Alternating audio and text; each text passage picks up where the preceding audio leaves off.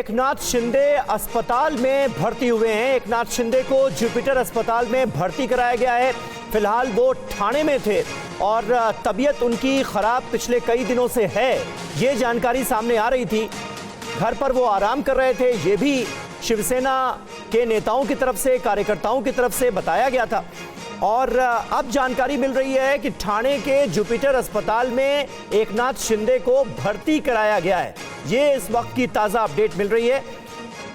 उनकी तबीयत को लेकर जो अपडेट है वो ये है कि बुखार और कमजोरी की उन्हें शिकायत थी, उसके बाद उन्हें अस्पताल में भर्ती कराया गया है। बुखार और कमजोरी की शिकायत के बाद एकनाथ शिंदे को अस्पताल में भर्ती कराया गया है। ये तस्वीरें हम आपको दिखा रहे हैं, ये देखिए TV9 भारतवर्ष पर ये तस्वीरें आपके सामने हैं। एकनाथ शिंदे जब अस्पताल पहुंच रहे थे उस वक्त की ये तस्वीरें हैं और अब जानकारी ये मिल रही है कि डॉक्टर्स ने उन्हें अस्पताल में एडमिट कर लिया है।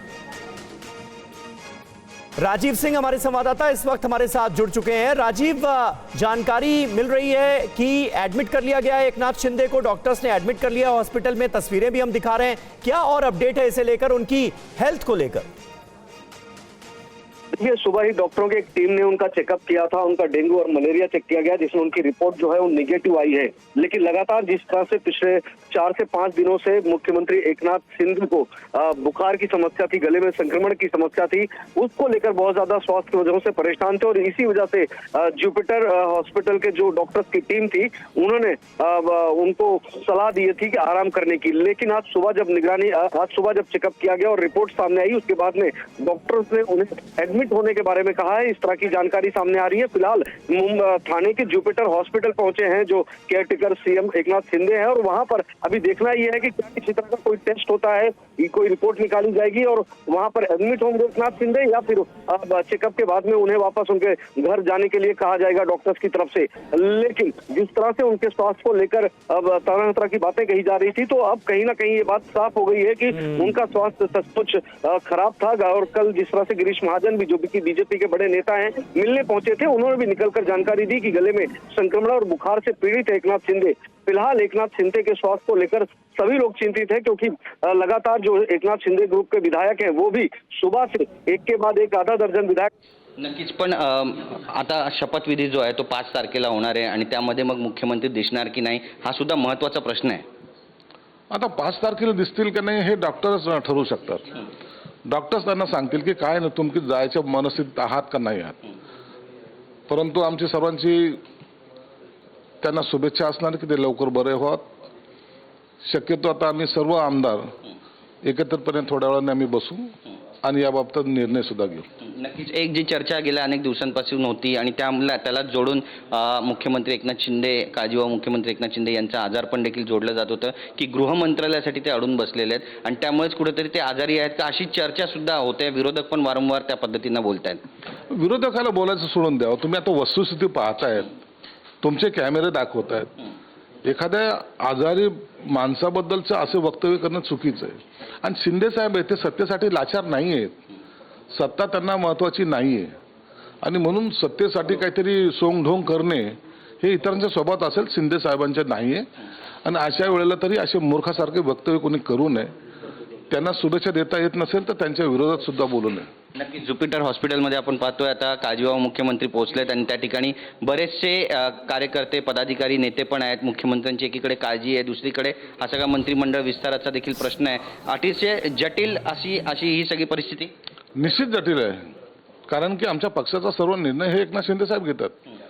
त्यांनी काय निर्णय घ्यायचा, कसा घ्यायचा, आता आम्हाला सुद्धा थोडंसं कन्फ्यूज तयार झालेलं आहे। म्हणून आम्हाला वाटतं शिंदे साहेब बरे व्हावेत, बरे झाल्याशिवाय आमच्या पक्षाचा निर्णय आम्ही कोणी इतर कोणी घेऊ शकणार नाहीत। म्हणून आता संध्याकाळच्या वेळेला जेव्हा आम्ही सर्वजण जाऊ त्या टायमाला खऱ्या अर्थानं आम्हाला सत्य पोझिशन काय ते कळेल। आणि और देखिए इस वक्त हमारे साथ कुमार कुंदन भी लाइव जुड़े हुए हैं। कुमार, देखिए जो संजय शिरसाट है उनकी तरफ से साफ कहा गया है कि डॉक्टर्स जैसा कहेंगे वैसा होगा। अब सवाल ही उठ रहा है कि 5 तारीख है जो बीजेपी की तरफ से बताई गई है कि नए मुख्यमंत्री का शपथ ग्रहण होगा। अब क्या इसमें भी कोई देरी हो सकती है क्या?